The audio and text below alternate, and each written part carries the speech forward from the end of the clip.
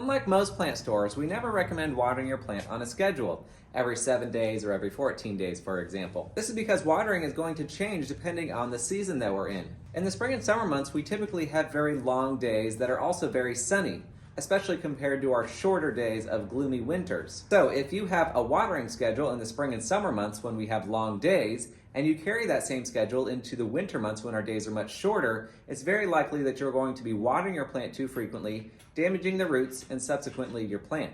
In our videos, you'll see us refer to the soil's level of dryness between watering, 25%, 50%, 75%, or even 100% between watering. Some plants just need the topsoil to dry out, but it's much more likely that at least 25 or 50% of the pot's going to need to dry out before you give your plant a good soak.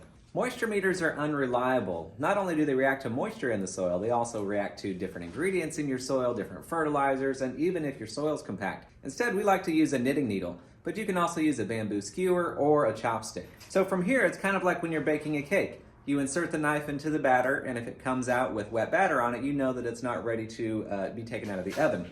The same thing applies here. Let's say my plant needs to dry out 25% between watering.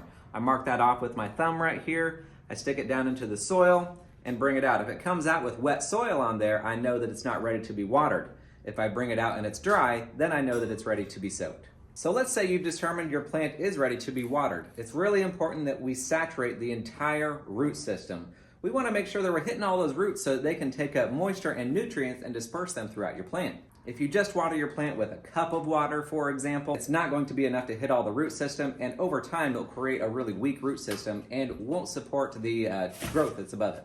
As long as you have the right light, soil, and drainage, you can't overwater your plant in terms of a quantity of water. So again, when it's ready to be watered, you could water it with a gallon of water or 100 gallons of water. It'll only take up so much and the rest will drain away. We also get a lot of questions about what's better, top watering or bottom watering.